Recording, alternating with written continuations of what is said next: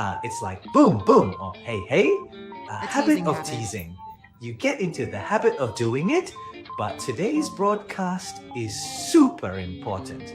A lot of you don't know this, and I realize again that you're unknowingly doing things you shouldn't. It's really like playing games with love. Is that the thing where it's more fun before you start dating? I don't really know what you're saying. Was How it- long is this at the start? 20 minutes. It's long. The number one way you should never play with your dog at home is hello, I am Matsuo, a dog lover and professional dog trainer. On this channel, I provide practical dog care information you can use at home right now, based on my experience as a police and family dog trainer for Japanese dog owners. If you don't want to miss out, please subscribe to the channel now. Please take care of today's session as Please, well. Yuto Yes, Sensei. yes. My dog absolutely loves playing with toys and we play every day, but I'm not sure if I'm playing with them correctly, or rather, could you tell me what I should avoid doing?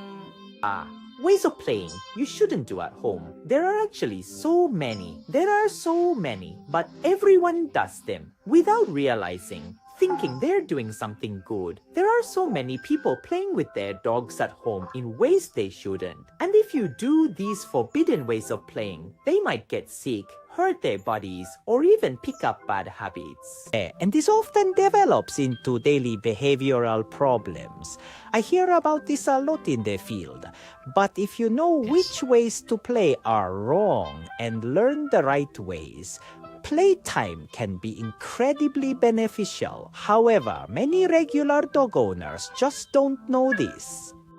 So in this video, I will explain the 5 ways you should absolutely never play with your dog at home in a ranking format. This is a must-watch video for everyone who owns a dog, especially those who play with their pets regularly, so I hope you all watch it. By the way, I will be presenting this in a ranking format starting from number 5, but the number 1 spot at the end.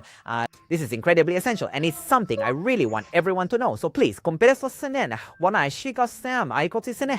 this with how you usually play with your dog and stay with me until the end. Let's get started. The 5th way you should never play with your dog at home is playing too roughly, playing with force. This happens so much, it really does. What does it mean to use force? You know how people often play tug of war, right? When playing tug of war, some people get carried away and use brute force, swinging the dog around like, hey, come on! And they might even start spinning them around like a giant swing. I see quite a few people playing with their dogs like that. Yes. Yeah, to get straight to the point, if you keep doing this, it puts too much strain on their body. Also, play is supposed to be about enjoying the back and forth interaction. If you force it, acting like it's all about you and just overpowering them, it's really not good for them. I thought that tends to happen when playing with large dogs. It happens with large dogs, but even with medium or small ones, some owners are quite forceful. You know, swinging them around like this. They're smiling, saying this is fun in a cheerful voice, but they're actually using way too much strength. I see that scene quite often. That's why playing with brute force is a no-go. It's a big mistake. So how should I play with them? To get straight to the point, it's about enjoying the back and forth, you know what I mean. It's not quite like romantic tension, but it's about pulling and pushing, letting the dog win a little, then pulling back so they think, oh, I might get it. That feeling is what makes it the most fun. It's really just like a game of cat and mouse. Is that the thing where it's more fun before you start dating? I don't really know what you're talking about. Or is that It's wrong? not just pushing, but also pulling, and not just pulling, but also pushing. To put it more simply, it's like, oh, I might get it, and oh, I got it, or oh, I might get it, and next time I'll try harder. It's all about that kind of back and forth while you play. Doing this really builds a dog's motivation, and it's just plain fun. Through that play, you can also build communication. Furthermore, this kind of play lets them feel that, wow, humans are actually pretty amazing. People who are good at this type of play tend to be good at one other thing. Do you know what that is? People who are good at playing, well, there is a rule of thumb for being good at this. Do you know what it is? Communication. Oh, so close. The hint is basically just like our channel. Yes! No, that's a bit different. That's not quite it. Your dog. Maybe a broader category. Exactly, that's it. It's Then discipline. People who are good at playing are generally good at discipline, training, and coaching. And furthermore, trainers or handlers who are good at playing with dogs are also good at controlling their own body, good at training, good at building communication through that, and I get the impression that many of them are good at building relationships. It's the same for owners too. People who are good at playing are just good at a lot of things.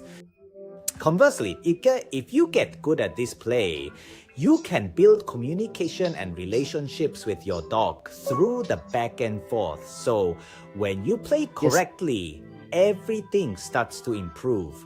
Exactly. That's why I want all dog owners to learn how to play properly with their dogs. And also, tug of war is a common way to play, but if you treat it like enjoying a back and forth game, it becomes fun. It's fun for the person and the dog, and there's a synergistic effect where things get better. So I think it's good to learn the right mindset and understanding behind it. Yes. Please give it a try. The fourth thing you should absolutely never do when playing with your dog at home is letting the playtime drag on. Letting it drag on. You might be wondering, what does that mean? But if you let playtime just fizzle out, it can have a negative impact on certain things. Do you know what that is, Yasu-san? If you do this, it's like certain things start to drop. What does it mean for it to drag on at the end? Ending it sluggishly is like dragging it out for a long time, right? Playing for too long. Oh, you're almost right.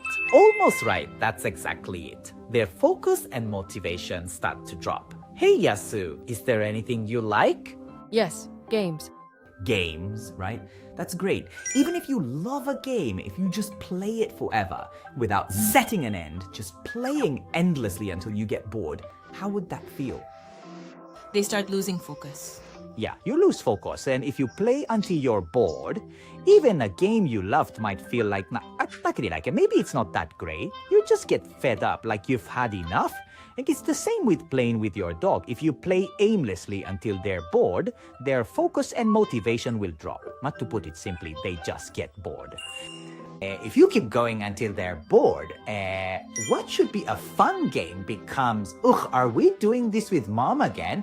And it's like, I've had enough of this person. They're so persistent. The key isn't to drag it out, but to stop before doing something specific. Do you know what that is? Say, yeah, Susan, that's right. Before doing something, it's not eating. That's not it. What do you mean? Before bed. Oh, that's one perspective, but it's play. You know, health is great, but it's a slightly different vector. I don't know. Okay. The answer is to finish before their concentration drops. You want to leave them wanting more.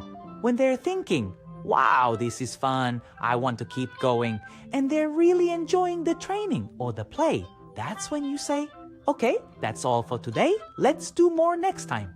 Ending it right there is incredibly important for training. Yoshi-sensei, I thought it was better to play until they're tired to let off steam, so I often play for 15 or 30 minutes, but is that not good? That is a great question, thank you. It really depends on what you want to prioritize. For example, if you want to build motivation or increase focus during training, or if you are still in the middle of the process, it is better to stop before they get bored. This keeps their desire to do more high, which in turn speeds up their learning, so that is a real benefit. However, there is also the perspective of playing until they are tired. This is a method used when you simply want to ensure they get enough exercise or release their energy. The goal here is to tire them out. For dogs that are overly excitable or so active that they are unmanageable, the goal is to tire them out through play to release their energy, so the focus is a bit different. Right, so depending on what you prioritize, this approach changes a bit. If you want to focus on training or improving concentration, it is extremely important to stop before they get bored. Owners tend to go on for way too long. Everyone does. It's often quite long. How long do you think that before they get bored period is at first? When you want to build more motivation, there is a general guideline for the time. How long do you think that is at first? 20 minutes. Too long. That is too long. That is too long. Make it a bit more compact. 10 minutes is still a bit long. It could be even more compact. 8 minutes. Well, you are getting closer. Oh, correct. That is about right. Some dogs might even get bored after just 5 minutes. Yeah, That it is is short, isn't it? Or when you want to build focus from a training perspective, you should finish before they get bored. This attention span will gradually increase. If you stop while they still have focus and want to do more, the 5 minutes they could initially focus for will grow to 8, then 10, 15, 20, and 30 minutes. You can keep extending it like that. And so when you want to build motivation for training or teach something new, make sure to finish before they get bored. A good guideline for this time is maybe 5 minutes or even 3 minutes. It really should be a short amount of time. So okay, everyone, this perspective is extremely important, but it is not something you often find online, and owners themselves often start out doing it for way too long. So please, everyone, try using this as a reference.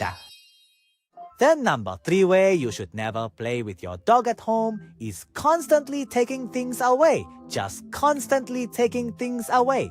This is also extremely important. Today's broadcast is really important. Many of you might not know this, and I realize again that people often play in ways they shouldn't without even realizing it. Do you know what I mean by always taking it away, Yasu-san? Toys. What that means? Exactly, the toy. They're playing by constantly taking the toy away can actually cause a dog's motivation and concentration to drop in quite a few cases. I've seen online that it's about a hierarchy, so you should always make sure the human takes the toy, like establishing ownership. Is that not the case?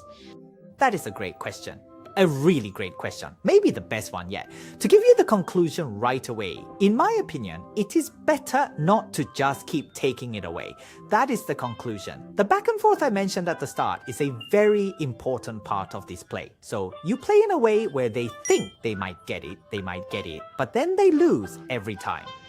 For example, if you and I were playing a game, Yasu-san, do you have a favorite game? I do. What is Mario Kart. Mario Kart. I used to play Mario Kart. Since you like it, I'm sure it's fun. But even if it's fun, imagine playing against me and losing every single time. Like, I'm just too good and you can't win. It's just way too overwhelming, and that keeps happening. Wouldn't you think this is impossible? Like, this game is rigged. How would that feel? Stop.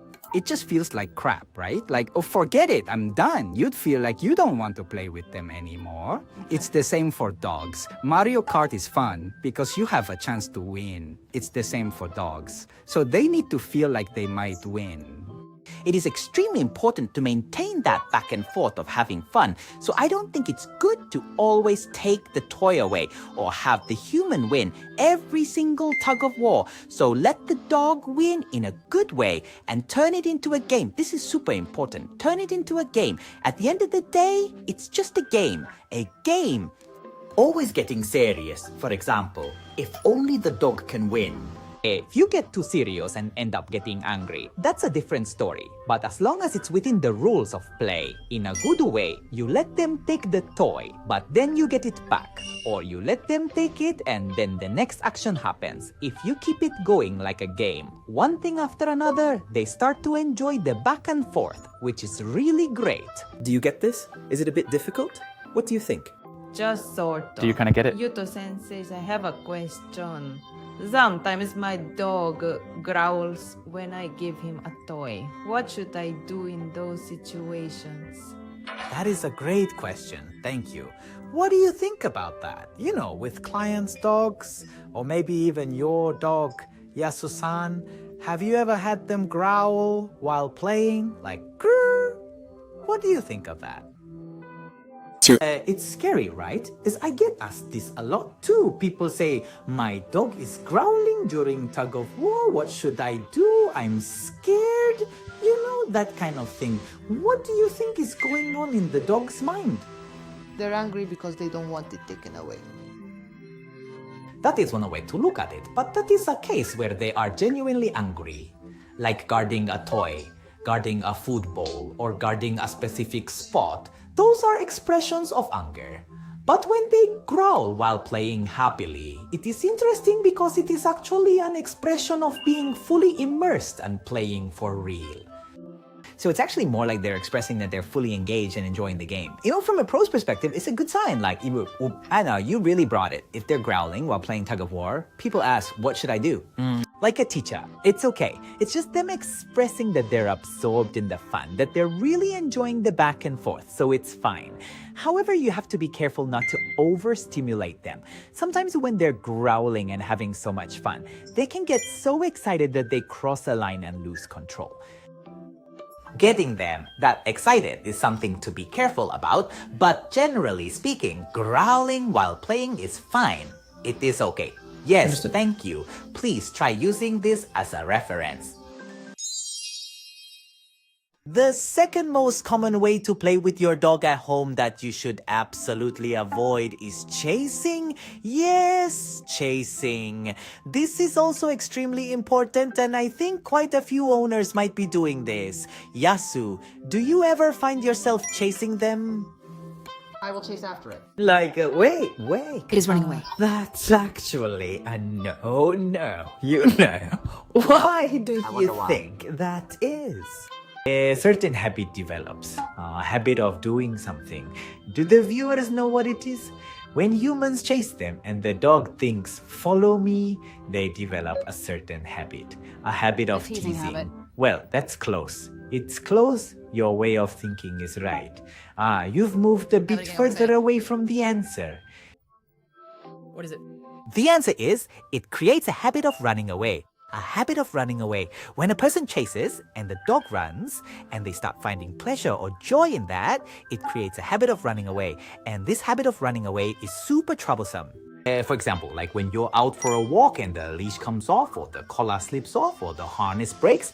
I hear about this quite often. It's the same with recall at a dog park too. There are so many cases where they just won't come when you finally need to call them, when you really need to call them, huh? Like, shall we do that? It becomes like, shall we play the chasing game? That happens so often. If you do this as a daily game, they develop a habit of running away. It's called bolting. Many owners are actually in the habit of making their dogs feel joy when they run away. So, there's something you have to be careful about, and there's one main thing to watch out for. Do you know what Don't it is? chase. Oh, correct. Without chasing? Without chasing, no. Wait. Close. You're close, but no. Without chasing. The dog chases. Yes, exactly. That's it. It's a game of tag where the human runs away. It's not that tag is bad. It's about getting the dynamic right. It's crucial to play tag where the human runs and the dog chases. Actually, this is incredibly important. The human goes, wait, and the dog is like, huh? It's not about playing a game where the dog thinks, Yuto, are you coming? It's about playing tag where the human runs away. The human runs, the dog follows, and when they come to you, you praise them and say, okay, I'm running again. This is the right way to play tag. So does that mean there's no need for mind games regarding that? Oh, and adding some back and forth is another way. For example, this is a bit niche, but you could try adding a feint. Do not chase at all. Yes, exactly. Always make sure the human is the one running away in the chase. When playing, maybe hold a toy or a treat and throw in a little feint. If they find interest and fun in that, I think enjoying that back and forth is perfectly fine. Yes. Understood. Please try using this as a reference. The number one way to play with your dog at home that you absolutely must avoid is letting them stay overexcited. This is a no-go. However, my impression from working in the field is that quite a lot of owners do this. When you play with your dog like this, I think the dog is just getting overexcited. Games like tug of war or chase are fun, and that's not a bad thing. After all, when you're having fun, you get excited too, right? Now your mood lifts. That's not bad, but it becomes a problem if you get them too excited, to the point where their mind goes blank or they're totally hyper, or if you can't control that excitement. Once this happens, it can become difficult to handle situations when your dog develops a habit of getting overexcited, starts barking from excitement, or even bites out of excitement. Furthermore, if this habit of overexcitement takes hold, there is a real possibility that it will continue to escalate more and more. So, letting them get overexcited or playing until they're so hyped up that they lose their minds is actually a no-go. So it's like saying if you go to Disneyland, you have to switch gears the next day or you won't be able to work. I wonder about that. It might be a confusing analogy, but something like that. It's like letting things get too out of hand. I understand perfectly. Did you get that? Okay. Please use this as a reference and keep your play sessions exciting but controlled. Okay, perfectly fine to get excited or happy. But just like with human games, discipline, rules, and moderation are always essential. That is why it is extremely important to play in a way that keeps the excitement within a range where you can still follow those rules and have fun. So how exactly can I avoid getting them too excited? Oh, that is a great question. There are a few ways to do this, but there is one that is the most straightforward and popular. It is something everyone can do very easily. When the excitement is about to get too high, or if it has already gotten too high, you do this one thing, just this one thing, you do this. So you can encourage calmness through play or even as part of training. But what do you think that is? Go to your crate. Oh, well, that's one way, but there's an easier way, much easier. That might not be good. Give them a treat. It might get them even more excited. Something much easier. Actually, Yasu-san, you probably do it the most every single day. For example, you do it before meals and also maybe in front of the door. Like, I'm putting the leash on, so hold on a second. Sit down for a moment. Oh, exactly. Yes, that is our command. It could be sit down or even a recall. When you feel the excitement getting too high or you think they might lose control or they already have, you use sit, stay, or down. I am listening. It's like, oh no, I have to listen. And if you can quickly switch gears like that, even when they're excited, and bring their excitement level way down, it's actually great training in case they start barking from excitement in daily life or look like they're about to jump on someone. If you give them a command like sit and stay or down and stay, and they're really focused on you, that works really well. Did you notice how their focus shifted just now? Yeah. It's that feeling where you can calm them down even when they are getting excited or worked up. Practicing this through play is incredibly effective. I really want you to try this out. Yes, Understood. Please give it a try, everyone. Also, I'm sure you all play in different ways, so I look forward to your comments. Maybe you play tug of war, or maybe you've been getting them too excited. I'm sure you have your own stories, so please leave us a comment. So, in this video, we've ranked the 5 games you should never play with your dog at home. What did you all think? I think quite a few of you might be doing these things, so please try to incorporate this into your routine at home as much as you can. Also, if you enjoyed this video, I would be so happy if you could leave a comment or share it on social media. In our training classes and in running this channel, we have one core philosophy.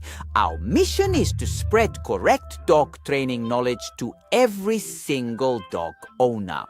If this correct knowledge spreads, many owners and dogs will become happy, and we believe it can also help improve social issues surrounding pets such as abandonment. That is why I use YouTube and my radio show and Instagram to reach out. I do this because I want as many owners as possible to learn the right knowledge about dogs and training.